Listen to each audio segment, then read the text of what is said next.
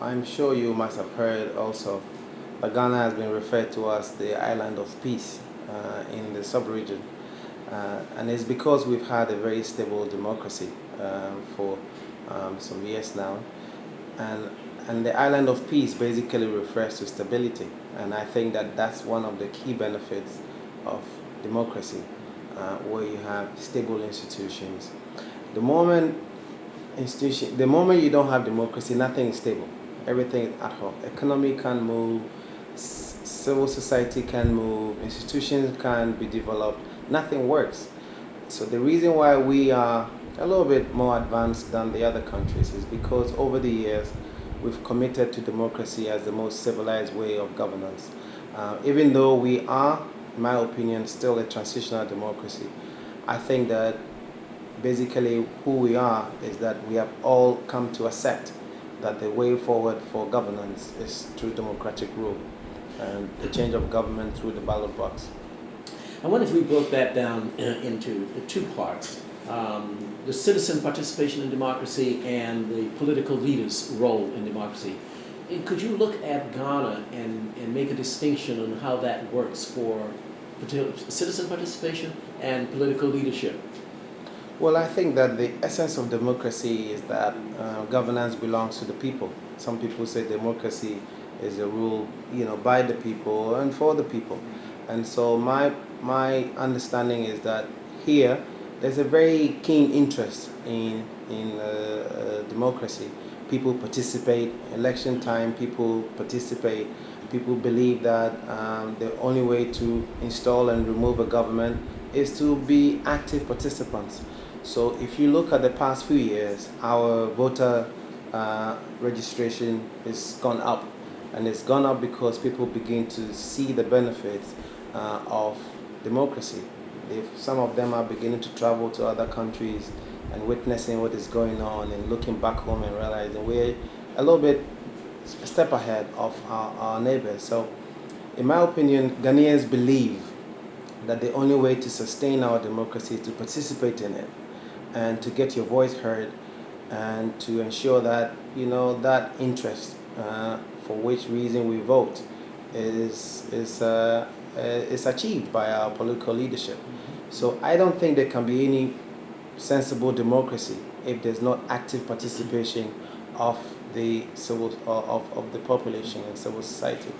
So I think that that's basically it. The other side of that citizen participation or civil society is political leadership. How would you rate the quality of political leadership in Ghana? You can use a professor's ABC, or you can use your own devices. Well, I'd probably go with my own devices. I think that if one has to rank, I don't think that I have a little bit of a problem with the selection of a political leadership. This winner takes all attitude seems because we're a small country not blessed with the best of human resources. But then I realized that the quality of leadership is significantly affected because almost every person who is in government has to come from a particular political party.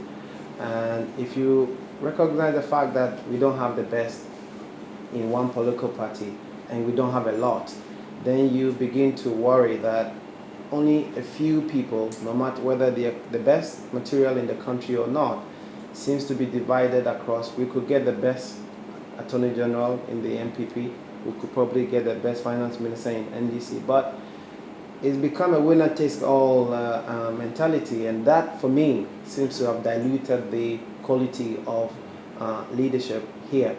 But on the larger side of it, I think that leadership has grown to become sensitive to the needs of the people because they do recognize now that they can be made and are made by civil society by way of voting. They are now under pressure, constantly under pressure to deliver on what they promise the people, or else they can be voted out in a very credible election. And so I think political leadership has become more and more responsive to the needs and aspirations of the citizens, because they do know that there are ramifications and consequences if leadership is poor, if leadership is incompetent, if leadership is corrupt. There will be political ramifications for that. And for that reason, I think with the limited resources that are available to governors, they try, amid all lapses and difficulties, to at least live up to expectations of the citizens. You have a high amount of power on part of the governance of this country concentrated in the hands of the president. So when we talk about local level of decentralization, the appointment of the mayor, the equivalent of mayor, is done by the president of the country, no matter what municipality it is. Do you have any comment on that? Yeah, like I said, we are an evolving democracy. Even though we are deemed to be the most stable, we still have a long way to go. I have a little problem, of course, because we also practice the presidential system of government. The executive system seems almost, in places where it is practiced, gives so much power to the president. But not to appoint local leaders. I'm getting at the whole idea of regionalism and decentralization in your constitution, I think, is recognized. Yes, so what it is now, besides even that, before I even get to that, is some sort of a confusion that we have here, which is that the executive and the legislative branch must be independent of each other. But guess what? We have a constitutional requirement that says majority of ministers must come from parliament, which makes members of parliament, majority of them in government, most of them vocal people in parliament, subservient to the presidency. And so it's a big confusion. But I realize that people are beginning to debate it now, whether it's still a good idea to continue with that process. I personally oppose it. I think that the responsibility of lawmakers should be restricted to lawmakers. The responsibility of executive should be, and that separation of power, as envisioned by the Constitution, Why was that specified that the majority of the ministers must come from Parliament? I wasn't aware. Well, that is the case, but it's a constitutional requirement, So I realize that in the past, the former president wanted to have more of his ministers outside. It's not possible because that's a constitutional requirement. It will require a constitutional amendment to be able to remove that clause. Like I said, we've come from a particular tradition. People give power out, they still want to. At the time that our constitution was written, probably they wanted people who were not so used to the concept of democracy to get used to it. That at least they still had some power over the system. But I think we've evolved, and that has to change. Basically, it's a mockery of the separation of powers, and I think that over the next few years, there's going to be a big debate about it. It's already begun, and I hope it will be deepened so that we can have a true separation of powers. The other issue about the district chief executives, which you call mayors, is one aspect of it. But at the end of the day, even the members who constitute the district assembly still have representatives of the president. So there are people who actually are members of the assembly. The assembly works together with the district executive to run the affairs of the district at that level. But we still have representatives of the president on that assembly. Then the chief executive is also appointed by the president and acts in the name of the president. It's, like I said, it's not the best, one would say, but we also do have a situation where if you look at the other side of it, Ghana is a little bit politically polarized, and so when you tend to give certain powers to people who are not loyal to the system, there's a way they tend to use that power to their disadvantage depending on where he belongs. Now there's talk that district assembly people, the district chief executives, should be elected. It's a debate that has gained prominence now, and I think that the beauty of democracy really is that we take the decision, we can all say we were all wrong, some of us were wrong, or we need to reform, we need to improve. That's the beauty of democracy, and that's why I think people are beginning to realize, yeah, we've worked with this for a while, we have to improve upon it.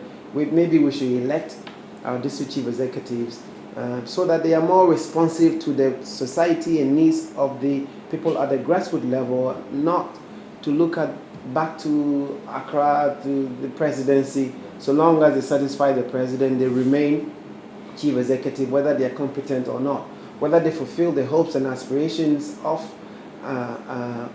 the people in that district at that level or not. So long as they are in the good books of the president, they will be elected. On the part of the presidency, I think they should encourage that debate of electing executives, because whatever happens, if they don't deliver also to the aspirations of the people, there's a way directly they blame the president. So there's a risk in there also. The president must have delivered. He might have a very weak chief executive who probably is incompetent or doesn't live to expectation, and then he has to pay for it politically. So both ways we all win, and I think that is a healthy debate that we all need to continue to have. But like I said, it's an evolving system. We're debating it. It will come to the point where we will get to the decision point that yes, this is the way to go, and we will go. Okay. You suggested perhaps some constitutional change sometime in the future. There have been a couple of articles in the press recently about the necessity of constitutional change to share power more broadly out of a strong presidency, to look at regional elections and so on. What's the process that you see happening that would lead to a constitutional review? Is there a mechanism? And is it a realistic mechanism that will actually have an impact within, say, the next 5 to 10 years? Well, the truth actually is that Ghana is already on the way to a major constitutional review. The previous president set up a commission, Constitutional Review Commission. The commission finished its work, it submitted its proposals. There's actually, as we speak, and most of these issues we are discussing now are all included. And the beauty of it is that they ask for memoranda from all facets of the society. And so people sent petitions. They went before the commission to defend why they thought maybe ministers should not be part of members of parliament, why district chief executive have to be elected. All of these things have come together in a constitutional commission whose work spanned over a year and a half. So at this, where we are, the point is that there's actually a presidential commission to see to the implementation of the recommendations of the constitutional review. So maybe in a couple of years, when you come back to Ghana next time, you might see most of these changes already being made. Well, you represent the press. You're very involved in the press. What constitutional protections do you have for a strong, independent, and responsible press? Well, I'm proud to say that, I remember in the past people used to tell me that the way you work here, you can't work in Nigeria, you can't work in certain countries like that. You would have probably needed some protection.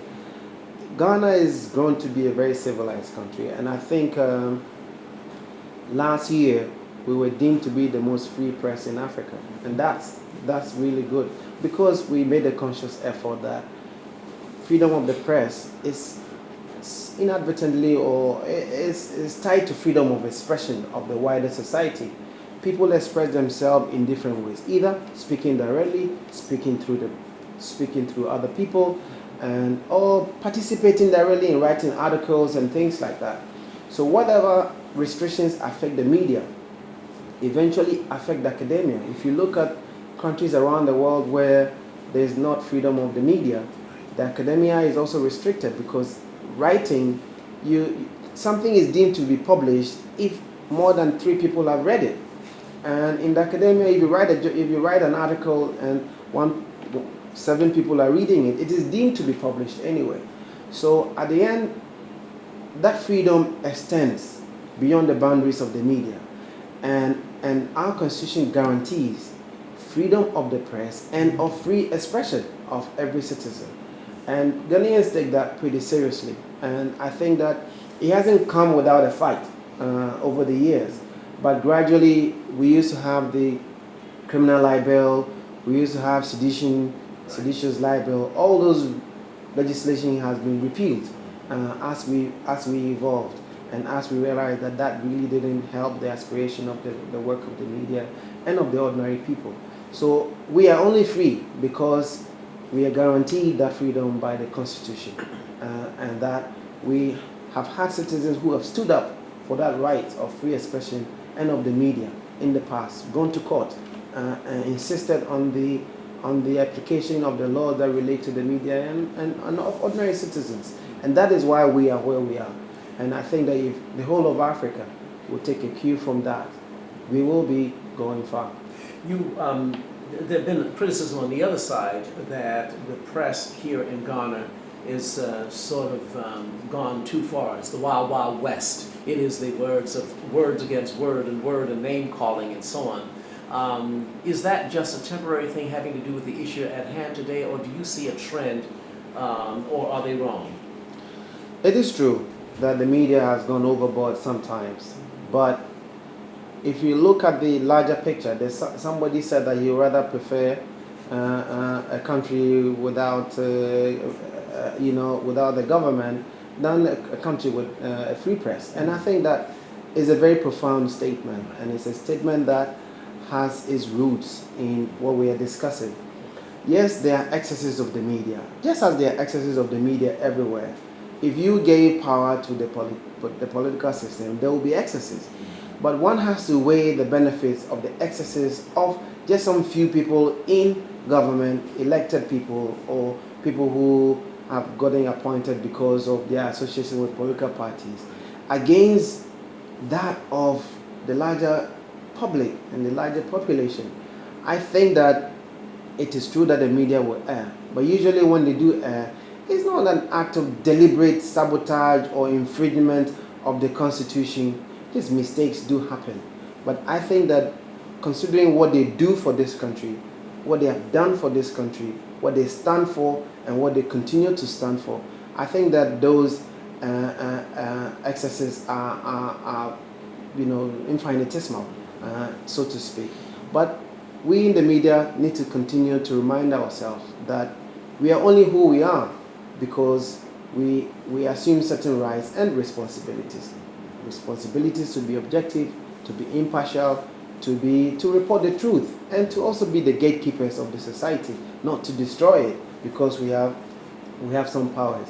I think that if we all work within the boundaries of responsibility, government working in the boundaries of responsibility, the media working in the boundaries of responsibility, I think we will have a very free society, because I don't think there's any political system that doesn't have excesses. They all do. In all established democracies, it does happen. People take decisions and you realize it's an extreme decision because we're humans, and we operate within the law, but our tendencies tend to go a bit overboard. But that should not replace the real spirit and aspirations of what free expression means for the media and for the people.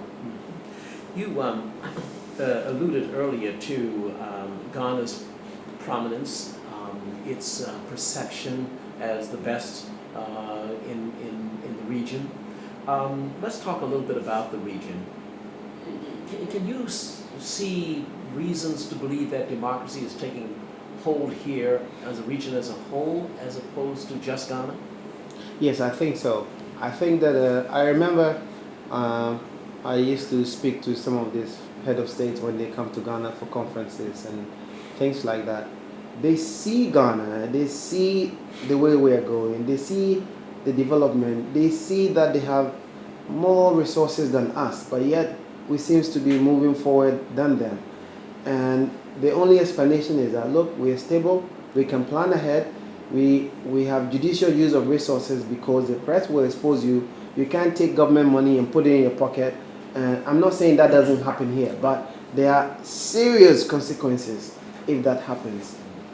In terms of the public, in terms of institutions, in terms of the risk to your political existence, there are serious consequences. So, yes, I think that overall in West Africa, in Africa, people are beginning to realize that, look, the only way to go is not to stay oppressed and to have a very civilized government. I see debates around Africa where people point to other countries that things are done differently in this country, things are done in Ghana like this, things are done in Ghana like that, and so why can't we have the same here? Why should it be like this here? And things like that. So there are good examples. I must say that there are also some other African countries that are just refusing to adopt change. But it's just a matter of time. Those people who represent the old way of oppressive regime, either have alienated themselves, even within the context of Africa. When people speak, when those leaders speak, there's some level of weight you put to it. If a Ghanaian president speaks, there's a way people see it. Yes. If some president in some country with that rainbow colors speak, there's a way people respond to it. So I think that, yes, there are pockets of conflicts, but if you look back, you realize that the conflicts are gradually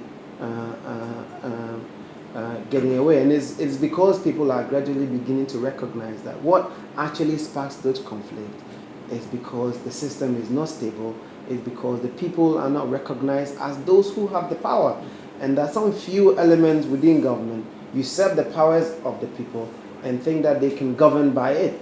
And I think that's just a matter of time. It will change. They've alienated themselves in Africa. They've been alienated by the West. And their age is catching up on them anyway. So I think the new crop of leaders recognize that's the way to go. Look at Kenya.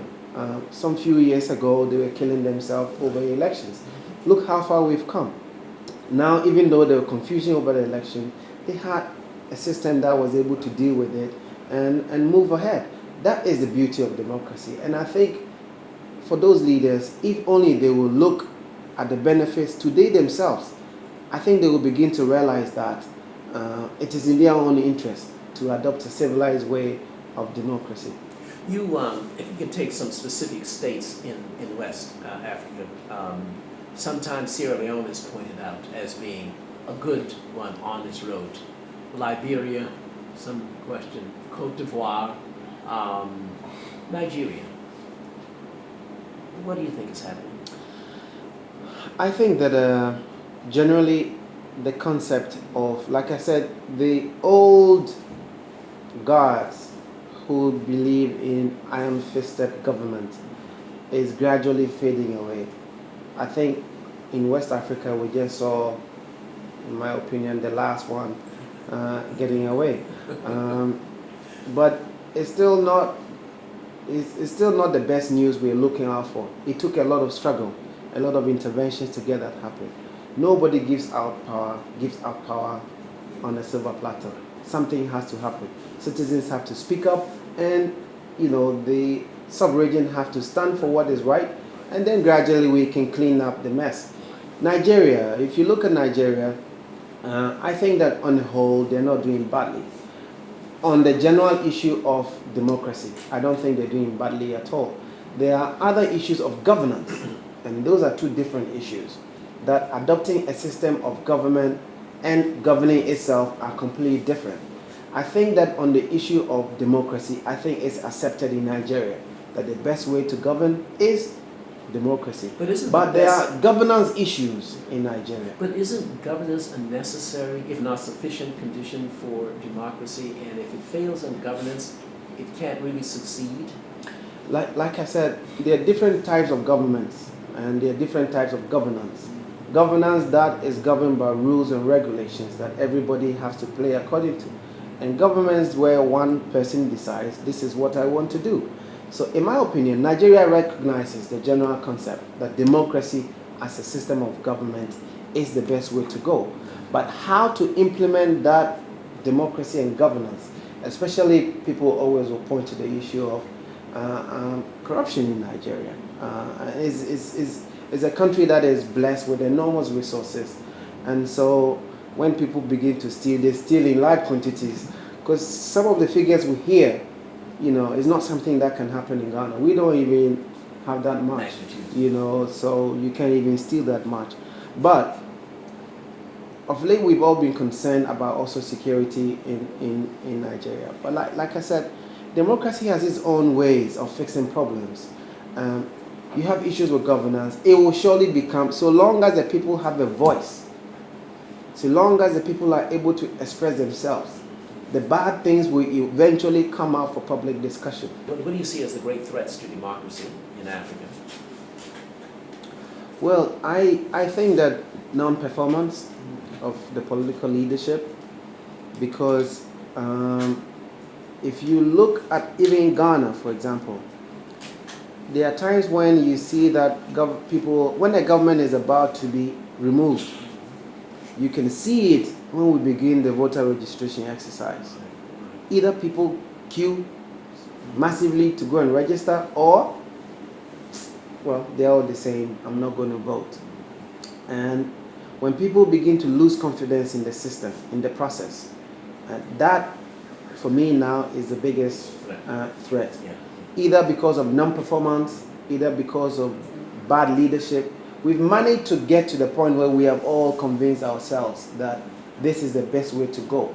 But in delivering that, if we don't meet the aspirations of the people, either because we are incapable of governance that delivers, or because leadership becomes all of a sudden not responsive to the needs of the people, or they begin to take certain things for granted, that people will begin to lose interest in the process. And other factors will play in. And once people realize that people are not interested anymore, there's a way, if the system is not properly stabilized, either the military or adventurers begin to say, okay, now people are not voting anyway. Probably they don't like the system. So, how big a threat is corruption to democracy in Africa? I think that if you look at where we even in Ghana, we as a people have come from, most of the instability that bedeviled our democratic process, either before elections, before independence, or just after independence, have all, and it is the case across Africa. And that's the irony of it, because almost all coups d'etats, almost all governments that have been removed, lawfully or unlawfully, have been because of one thing: corruption. That they were abusing the trust of the people, that they were amassing wealth for themselves and neglecting the larger population. And so, for me, I think even in Ghana, with all what we have achieved, if corruption is seen to be blatantly or to be that pervasive, there's a way someone will get up, even if he won't succeed, to try something, let alone those that just started. And there's a way the larger public deem that to be very offensive. And even if they don't like military rule, there is the emergence of interest that this government is not what we want. Maybe we allow them, and the only one who can remove them is probably the military. Maybe we shall let them in, and later we'll get them out. But when they come in, they entrench themselves. So there's always the meeting of minds when it comes to the issue of corruption. The public who really dislike what is going on, and either is discouraged by those activities, and the adventurers who take advantage of that to ride on to power, only to find themselves probably doing worse or the same. And so they will probably use that as an excuse to destabilize almost every situation. And so I think, above everything else, corruption is a big issue. And I think Ghana is gone this far because we made a conscious effort to run a transparent government, give freedom to the media, ensure that institutions of accountability are given some teeth and resources to work. And if you look at Ghana, there are a lot of corruption issues that emanate because of even government institutions. The Auditor General's report is one of it. Every year, it goes to Parliament, and ministers and individuals, even citizens, are hauled before Parliament to answer for their conduct in what they deem to be a corrupt practice. So, and there have been times when I remember 2002, thereabout, a major thing that went to court that eventually led some government ministers going to prison was started by the Stewart Ford office. Whilst the government was still in office, they started investigating the matter, investigating certain key government people whilst they were still in office. And then when the government got changed, the case went to court and they went to prison.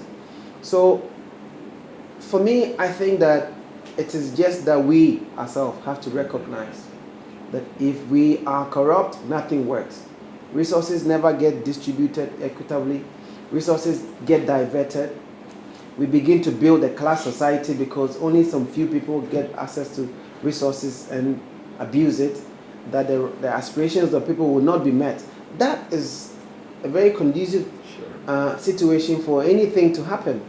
And I think you're right that corruption is a very, very big risk to a very thriving democracy in Africa.